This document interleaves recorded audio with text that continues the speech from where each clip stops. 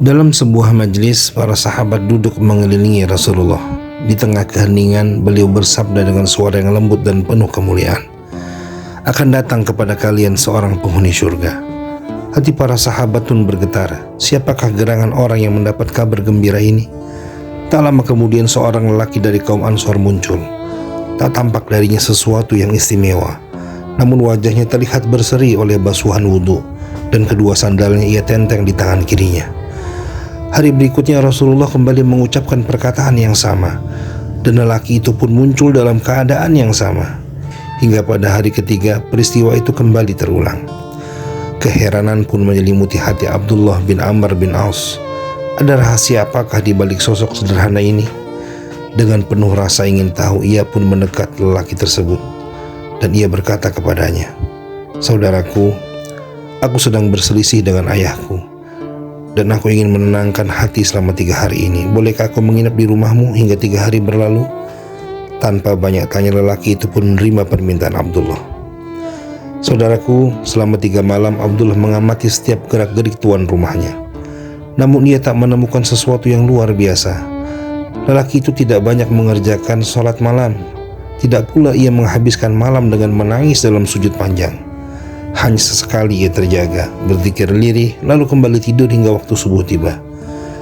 Hari ketiga pun berlalu, dan Abdullah hampir saja meremehkan amalannya. Namun sebelum pergi, ia tak kuasa menahan rasa penasarannya. Kemudian ia bertanya, "Wahai saudaraku, maafkan aku jika aku terpaksa berdusta padamu. Sesungguhnya aku tidak sedang berselisih dengan ayahku.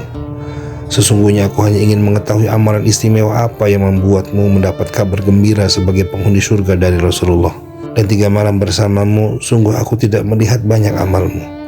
Lantas apa sebenarnya rahasiamu, wahai saudaraku?" Lelaki itu pun tersenyum lembut lalu berkata, "Saudaraku, sungguh kau benar. Memang tidak ada yang istimewa dari amalanku selain yang telah engkau lihat. Hanya saja aku tidak pernah menyimpan dendam kepada seorang muslim pun, dan aku tidak pernah iri terhadap karunia yang Allah berikan kepada orang lain." Mendengar jawaban itu, Abdullah pun terdiam. Ia merenung dalam hati, inilah amalan yang tidak semua mampu melakukannya. Saudaraku, kisah ini mengajarkan bahwa jalan menuju surga tidak selalu harus dihiasi dengan amalan yang tampak berat, tetapi juga dengan kejernihan hati.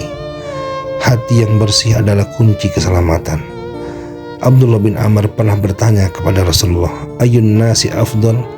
Qala kullu makhmumil qalbi suduqil lisan. Qalu suduqul lisan na'rifu, fama makhmumul qalbi? Qala hu at-taqiyun naqiyyu, la ithma fihi wala baghya wala ghilla wala hasada.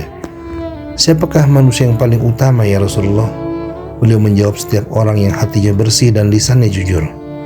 Kemudian mereka bertanya, "Kami mengetahui orang yang jujur lisannya, tetapi siapa orang yang hatinya bersih itu ya Rasulullah?"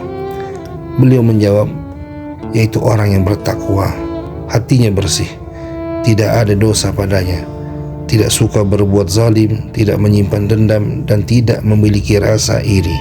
Dan dari kisah ini kita belajar bahwa tidak ada tempat di surga bagi hati yang penuh dengan kedengkian. Allah berfirman, "Wa naza'na ma fi sudurihim min ghillin ikhwanan ala sururin mutaqabilin." Kami cabut segala rasa dengki yang ada di dalam dada mereka, sehingga mereka menjadi bersaudara, duduk berhadap-hadapan di atas dipan-dipan surga. Dan satu hal lagi yang istimewa, ternyata memaafkan kesalahan siapapun sebelum tidur adalah kebiasaan ahli surga di dunia. Saudaraku, Ramadan hampir berlalu.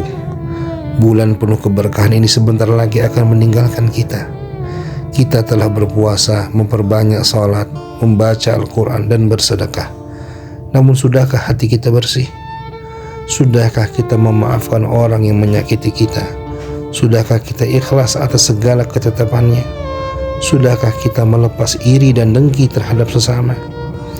Jangan biarkan Ramadan ini berlalu tanpa kita memperbaiki dan membersihkan hati.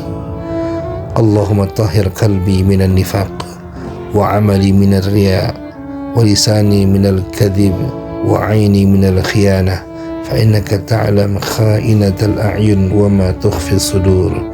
Ya Allah, sucikan hatiku dari kemunafikan, amalanku dari riya, Sucikan lisanku dari dusta dan mataku dari pengkhianatan. Sesungguhnya Engkau mengetahui segala yang tersembunyi di dalam dada.